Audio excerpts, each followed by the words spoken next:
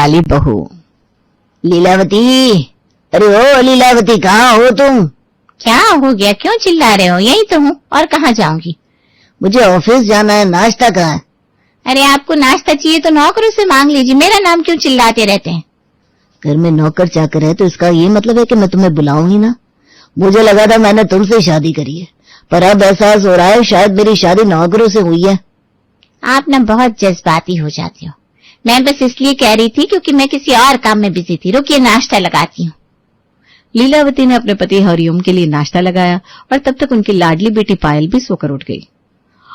अरे यार, टूट गया है। पहले हाथ मुंह तो धो ले। अरे बाद में धो लूंगी मैं। मेरी बच्ची को परेशान मत करो, उसे पहले नाश्ता करना है तो करने दो आराम से। आपने ही ना इसे बिगाड़ रखा है। अच्छा, मेरी इकलौती बच्ची है, इसका लाड नहीं करूंगा तो किसका करूंगा? आप चिंता मत करो मम्मी, मैं नाश्ता करके डायरेक्ट नहाने चली जाऊंगी क्योंकि फिर मुझे साड़ियों की शॉपिंग पर जाना है। हे भगवान, एक तो तेरी ये साड़ियों की शॉपिंग खत्म नहीं होती। क्यों खत्म हो? मेरा एक ही तो शौक है, डिजाइनर साड़ियां। सही बात है, और क्या? सही है, आप इसे चने के झाड़ पर चढ़ाते रहो। कल को जब ये ससुराल जाए और वहां कुछ हो तो मुझसे ना कहना। पायल और हरिओम हंसने लगे और लीलावती चिढ़कर किचन में चली गई। कुछ देर बाद हरिओम ऑफिस निकल गए, लेकिन घर के अंदर कुछ और ही चालाकी पक रही थी। पायल अपने डिजाइनर साड़ियों के सपनों में खोई हुई थी, तभी लीलावती कमरे में आई। पायल तो मार्केट जा रही है ना, चल मैं भी चलती हूँ। मम्मी, आपको भी साड़ी लेनी है क्या? अरे मेरी बच्ची, तुझे क्या लगता है तुझे ही शौक है डिजाइनर चीजों का? ये जो तेरी आदत है ना, वो मैंने ही तो दी है तुझे। मम्मा, आप ना बेस्ट हो। चलो आज दोनों माँ बेटी जमकर शॉपिंग करेंगे। और फिर क्या था, दोनों निकल पड़ी बाजार की ओर। पहली दुकान से लेकर आखिर तक कोई दुकान बाकी नहीं छोड़ी। पायल एक के बाद एक रेशमी, कांजीवरम, बनारसी और चिकनकारी साड़ियां ट्राई करती जा रही थी और लीलावती भी पीछे नहीं थी। मैडम जी, ये वाली साड़ी रेखा जी भी ले चुकी हैं। अरे हाँ, फिर तो ये पक्की हमारी। और वो गुलाबी वाली भी पैक कर दो, मेरे इंस्टाग्राम पर वही मैच करेगी। दोपहर से शाम कब हो गई दोनों को पता ही नहीं चला। 10-10 बैग थामे वो मुस्कुराती हुई जब घर लौटी तो हरिओम पहले से ही लौट चुके थे। ओहो, महारानिया घर आ गई। कहाँ घूम रही थी तुम दोनों? मैं तो ऑफिस से भी आ गया, तुम दोनों अभी लौटी हो? अरे जी, हम बस जरा सा मार्केट वॉक पर गए थे। जरा सा दिख रहा है, कितनी जरा सी वॉक हुई है। अरे वो सब छोड़िए ना पापा, देखिए हम कितनी सुंदर साड़ियां लेकर आए हैं। अच्छा, दिखाओ जरा। पायल ने जैसे ही बैग्स खोले, रंग बिरंगी साड़ियों का सैलाब उमड़ पड़ा। हरिओम के तो होश उड़ गए। ये क्या, कितने की है ये सब? करीब 20,000। क्या 20,000 की शॉपिंग कर ली तुम दोनों ने? अरे मैंने तो सिर्फ 2 ही साड़ियां ली है, बाकी सब आपकी लाडली की है। मम्मा झूठ मत बोलो, आपने 4 ली है। लीलावती, तुझे क्या शौक चढ़ गया ये सब खरीदने का? अरे मैं तो सिर्फ आपकी बेटी की शौक पूरे कर रही थी, उसे देखकर मन ललचाया तो सोचा 1-2 साड़ी अपने लिए भी ले लेती हूँ। ओ पापा, आप टेंशन ना लो, देखिए ना ये नीली वाली कितनी प्यारी है, आपकी आंखों की कलर से मैच करती है ना। हरिओम हंसने लगे। बातों ही बातों में उनका सारा गुस्सा गायब हो गया। दिन ऐसे ही बीत रहे थे। फिर पायल की जिंदगी में एक मोड़ आया जब वो बाजार में एक लड़के से टकरा गई। अंधे हो क्या, देखकर नहीं चल सकते? माफ कीजिए, लेकिन अगर अंधा होता तो इतने खूबसूरत लड़की को कैसे देख पाता? वो लड़का था विपिन, सीधा साधा, पर उसकी बात करने का तरीका कुछ अलग था। उसी टकराहट से एक शुरुआत हुई, धीरे धीरे वो मिलने लगे। Coffee date, film, park, Instagram stories, सब में एक दूसरे के साथ। और फिर एक दिन, पायल, मुझे नहीं पता हमारे बीच क्या रिश्ता है, पर मैं जानता हूँ कि मैं तुमसे बहुत प्यार करता हूँ। सच? हाँ, क्या तुम मुझसे शादी करोगी? हाँ हाँ, बिल्कुल करूंगी। और फिर पायल घर लौटी और अपने माँ बाप को सब बताने लगी। मम्मी पापा, मुझे आपसे कुछ जरूरी बात करनी है। ओहो, कोई नई साड़ी फिर से देख ली क्या? नहीं पापा, इस बार साड़ी नहीं, लड़का देखा है। क्या? कौन लड़का, कहाँ मिला, क्या करता है? पापा, उसका नाम विपिन है, बहुत अच्छा है, बहुत केयरिंग है। जब पता चला कि लड़का उतना अमीर नहीं है तो लीलावती को जैसे करंट लग गया। क्या अमीर नहीं है? अरे तू जो रोज साड़ियों पर 10-10 हजार उड़ाती है, वो कैसे निभाएगा तुझे? मम्मी, प्यार ब्रांडेड नहीं होता, मैं उसे चाहती हूँ। बेटा अगर तू खुश है तो हम तेरे साथ हैं। हरिओम मान गए, पर लीलावती को मनाना आसान नहीं था। लेकिन जब देखा कि पायल खाना पीना छोड़ रही है तो उन्होंने भी आखिरकार हाँ कर दी। उधर विपिन के घर में भी तूफान मचा हुआ था। उसके माता पिता विजय और सुषमा को ये रिश्ता बिल्कुल मंजूर नहीं था। बेटा तो पागल हो गया है क्या? एक अमीर लड़की लाकर हमारे घर की बहू कैसे बन सकती है? पापा मैं उससे प्यार करता हूँ और वो वैसी नहीं है जैसी आप सोच रहे हो। हाँ हाँ, सब लड़के यही कहते हैं और फिर घर के अंदर आकर पता चलता है असल में क्या होता है। देखिए मम्मी पापा, आप दोनों को मानना तो पड़ेगा, वरना मैं शादी कोर्ट में कर लूंगा। विजय और सुषमा एक दूसरे को देखते रह गए। बेटे की जिद ने उन्हें मजबूर कर दिया। आखिरकार दोनों परिवारों ने रिश्ते के लिए हाँ कर दी। पायल की जिद, हरिओम का प्यार और विपिन का समर्पण, तीनों ने मिलकर वो कर दिखाया जो मुश्किल लग रहा था। शादी की तैयारियां जोरों पर थी। लीलावती की नाक फूली जा रही थी और हरिओम तो जैसे अपनी इकलौती बेटी के लिए आसमान से तारे तोड़ने को तैयार थे। कोई कमी नहीं रहनी चाहिए, मेरी बेटी की शादी है, लोग देखेंगे तो कहेंगे वाह क्या रॉयल शादी की है हरिओम बाबू ने। हाँ बिल्कुल, आखिर इकलौती बेटी है हमारी। शादी धूमधाम से हुई। पूरे मोहल्ले की भीड़ उमड़ पड़ी। दुल्हा दुल्हन की जोड़ी देखकर सब दंग थे। बैंड बाजा, घोड़ी, हल्दी, मेहंदी, डीजे नाइट, हर रस्म में ऐसा लगता था जैसे कोई फिल्मी सेट हो। और फिर आई विदाई की घड़ी। आंसू, मुस्काने और भारी मन। पायल सजी धजी, आंखों में काजल बहाती अपने नए घर पहुंची। अरे वाह, क्या जादू है इस लड़की में, पहली ही झलक में मन मोह लिया। हमारी बहू नहीं किसी हीरोइन जैसी लग रही है। तभी विपिन की बहन सुरीली बोली, भाभी ये लहंगा ये वही है ना जो फिल्म में दीपिका ने पहना था? पायल मुस्कुराई पर कुछ नहीं बोली।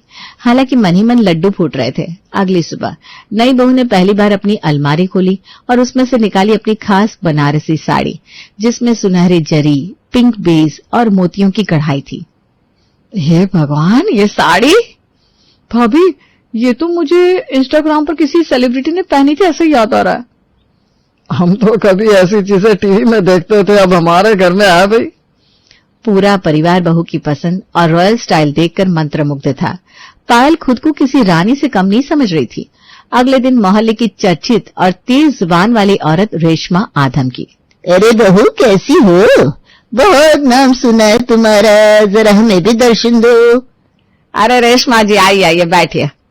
पायल ड्राइंग रूम में आई। आज उसने फिर एक और नायाब कांजीवरम साड़ी पहन रखी थी। रेशमा ने बस नजर डाली और फर्श पर बैठे बैठे ही खिसक कर पास पहुंच गई। ओह बाप रे, बहू तुम्हारी साड़ी का पल्लू जरा छू लूं क्या? हाँ जरूर। ये क्या सिल्क है कि चांदी का जाल?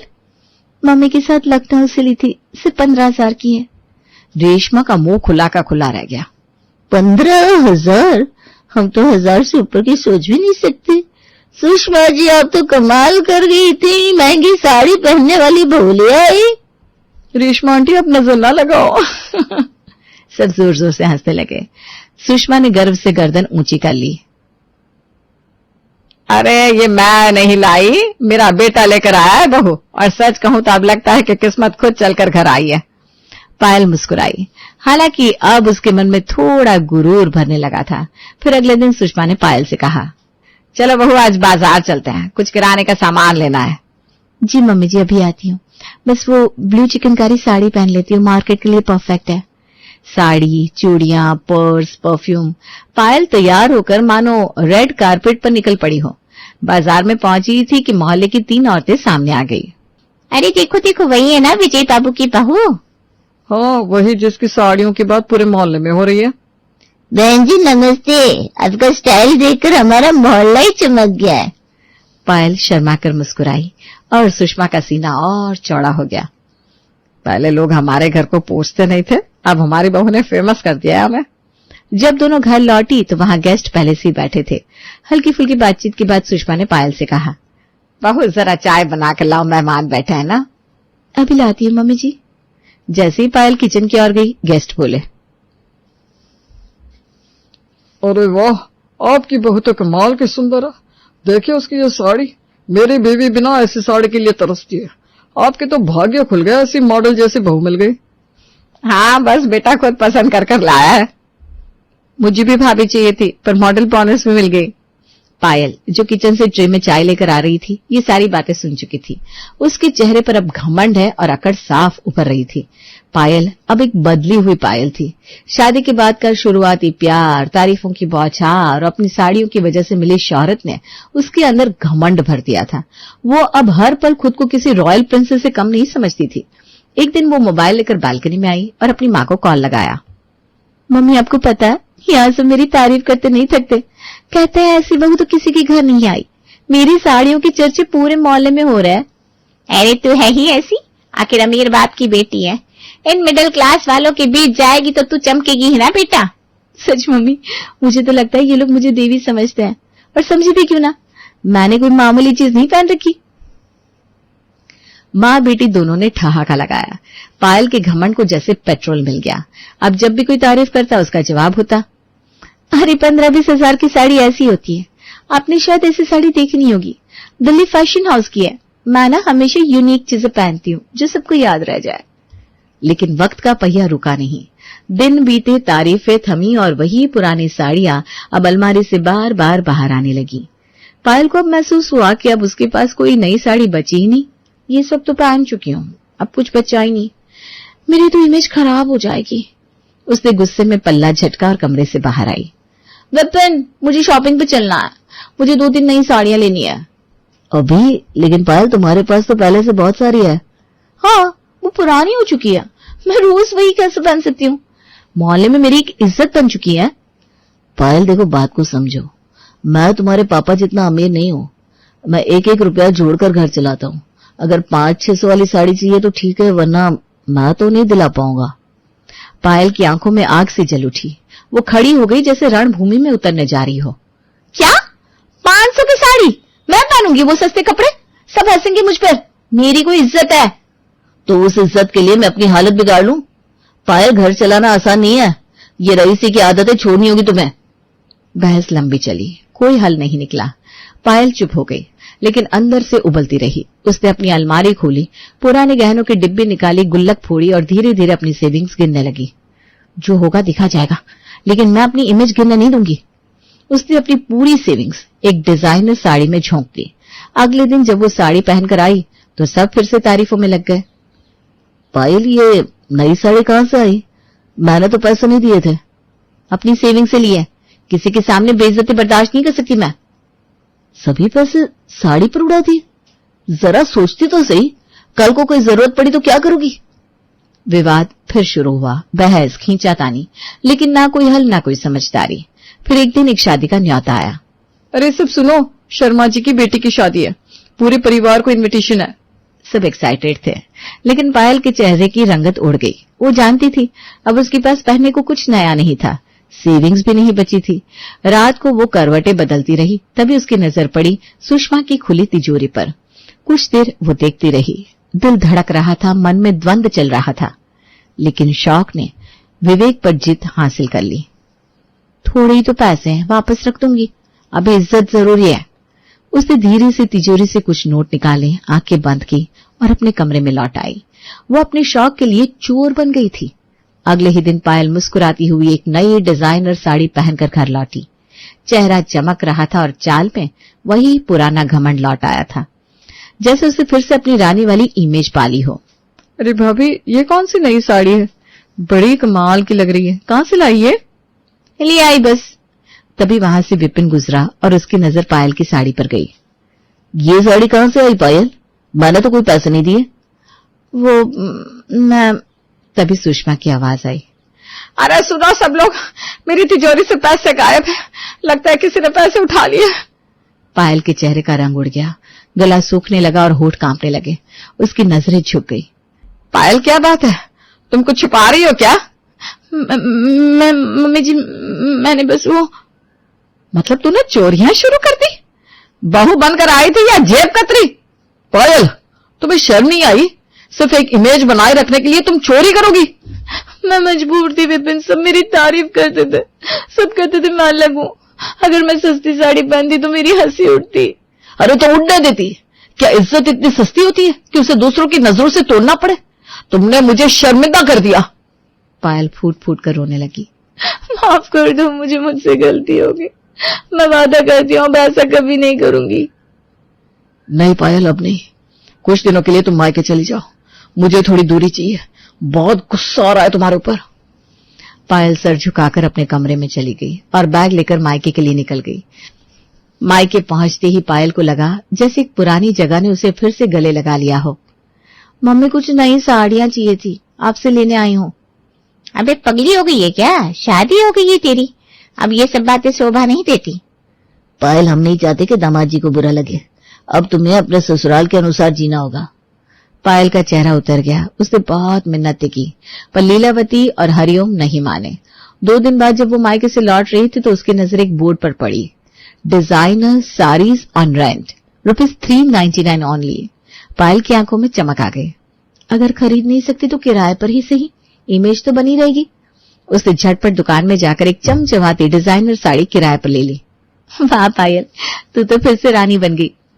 अगले दिन एक दोस्त की बर्थडे पार्टी में पायल उसी साड़ी को पहनकर पहुंची। वहां सब उसकी तारीफों के पुल बांधने लगे। वाह पायल, हर बार कुछ नया। तुम्हारे पास साड़ी की फैक्ट्री है क्या? अरे बस यूं ही, थोड़ा स्टाइल में रहना पड़ता है। पार्टी में पायल ने दिल खोलकर एंजॉय किया, लेकिन जैसे ही घर पहुंची पता चला कि पड़ोस में भी एक पार्टी चल रही है। पायल चलो, शर्मा जी के यहाँ भी जाना है, उनके बेटे का बर्थडे है ना। पायल बिना सोचे वही किराए वाली साड़ी पहने वहां पहुंच गई। शर्मा जी की पार्टी में भी पायल की साड़ी ने धूम मचा दी। सब औरतें उसके आसपास थी। देखो तो सही क्या साड़ी है, ये तो हमारी कल्पनाओं से भी बाहर है। पायल मुस्कुरा रही थी मानो वो स्वर्ग में हो, लेकिन तभी दरवाजे से एक आदमी घुसा। अरे मैडम, कब तक इस साड़ी में नाचती रहेंगी? 24 घंटे हो गए, अब उतारिए से, मुझे वापस लेनी है। पार्टी में सन्नाटा छा गया। सबकी आंखें पायल पर टिक गई। चुप रहो, यहाँ सबके सामने ऐसा मत बोलो। क्यों ना बोलूं? सबको लग रहा है आप रानी है। बता दूं क्या आप किराए की रानी है? पायल का चेहरा फीका पड़ गया। सब औरतें उसे घूरने लगी। तो ये राज था, हमें लगा ये अमीर घर की बहू है। किराए की साड़ी में इतनी हवाबाजी, हाय राम, यानी वो सब भी किराए का ही था जिन्हें हमने इसका समझा। पायल कुछ कहती उससे पहले ही दुकानदार ने साड़ी का पल्ला पकड़ लिया। अब देर मत कीजिए, मुझे ये साड़ी वापस चाहिए। पायल रो पड़ी। सिर्फ एक बार की बात थी, बाकी सारी साड़ियां मेरी अपनी थी। पायल बेटा, ये सब करने की क्या जरूरत थी? भाभी, लोग कपड़े नहीं इंसान को याद रखते हैं। अब समझ में आया घमंड कितना खोखला होता है।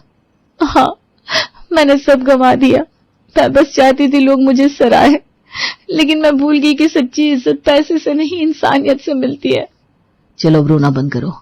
इंसान गलतियां करता है, लेकिन सीखना जरूरी होता है। अब ये दिखावा छोड़ो, आओ सादी जिंदगी जीते हैं, सच्ची, साफ और सुंदर। और उस दिन के बाद पायल ने वाकई घमंड और दिखावा छोड़ दिया। अमीरपेट गांव में पप्पू